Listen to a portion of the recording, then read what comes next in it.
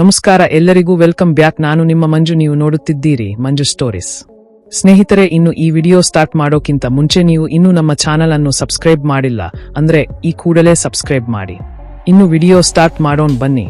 ಫರ್ಕ್ 2025 Indian premier ಲೀಗ್ನ 8ನೇ ಪಂದ್ಯದಲ್ಲಿ ವಿರಾಟ್ ಕೊಹ್ಲಿ ಅತ್ಯಂತ ನಿಧಾನಗತಿಯ ಬ್ಯಾಟಿಂಗ್ ಪ್ರದರ್ಶಿಸಿದ್ದರು.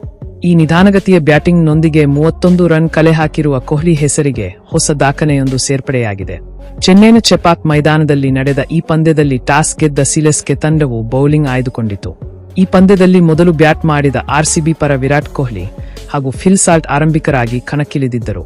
ಸಾಲ್ಟ್ 16 ಎಸೆತಗಳಲ್ಲಿ 32 ರನ್ ಬಾರಿಸಿದರೆ ವಿರಾಟ್ ಕೊಹ್ಲಿ 31 ರನ್ ಕಲೆ ಹಾಕಲು ಬರೋಬ್ಬರಿ 30 ಎಸೆತಗಳನ್ನು ತೆಗೆದುಕೊಂಡರು.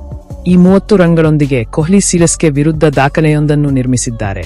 ಐಪಿಎಲ್ ಇತಿಹಾಸದಲ್ಲಿ ಚೆನ್ನೈ ಸೂಪರ್ ಕಿಂಗ್ಸ್ ವಿರುದ್ಧ ಅತ್ಯಧಿಕ ರನ್ ಕಲೆ ಹಾಕಿದ ದಾಖಲೆ ಶಿಖರ್ ಧವನ್ ಹೆಸರಿನಲ್ಲಿತ್ತು. ಧವನ್ ಸಿಎಸ್ಕೆ ವಿರುದ್ಧ ಆಡಿದ 29 ಪಂದ್ಯಗಳಲ್ಲಿ ಒಟ್ಟು 1057 ರನ್ ಬಾರಿಸಿ ಬಲಿಷ್ಠ ಚೆನ್ನೈ ಸೂಪರ್ ಕಿಂಗ್ಸ್ ವಿರುದ್ಧ ಅತ್ಯಂತ ಯಶಸ್ವಿ ಬ್ಯಾಟ್ಸ್ಮನ್ ಎನಿಸಿಕೊಂಡಿದ್ದರು. ಇದೀಗ ಈ ದಾಖಲೆಯನ್ನು ಮುರಿಯುವಲ್ಲಿ ವಿರಾಟ್ ಕೊಹ್ಲಿ ಯಶಸ್ವಿಯಾಗಿದ್ದಾರೆ. ಕಿಂಗ್ ಕೊಹ್ಲಿ ಸಿಎಸ್ಕೆ ವಿರುದ್ಧ ಈವರೆಗೆ 33 ಇನ್ನಿಂಗ್ಸ್ ಆಡಿದ್ದು, ಈ ವೇಳೆ 9 ಅರ್ಧಶತಕಗಳೊಂದಿಗೆ 1084 ರನ್ ಕಲೆ ಹಾಕಿದ್ದಾರೆ. ಈ ಮೂಲಕ ಚೆನ್ನೈ ಸೂಪರ್ ಕಿಂಗ್ಸ್ ವಿರುದ್ಧ ಅತಿ ಹೆಚ್ಚು ರನ್ ಬಾರಿಸಿದ ಬ್ಯಾಟರ್ ಎನಿಸಿಕೊಂಡಿದ್ದಾರೆ. ಇನ್ನು ವಿರಾಟ್ ಕೊಹ್ಲಿಯ ನಿಧಾನಗತಿಯ ಬ್ಯಾಟಿಂಗ್ ಹೊರತಾಗಿಯೂ ಈ ಪಂದ್ಯದಲ್ಲಿ ಆರ್ಸಿಬಿ ತಂಡ 20 ಓವರ್ಗಳಲ್ಲಿ 196 ರನ್ ಕಲೆ ಹಾಕಿತು.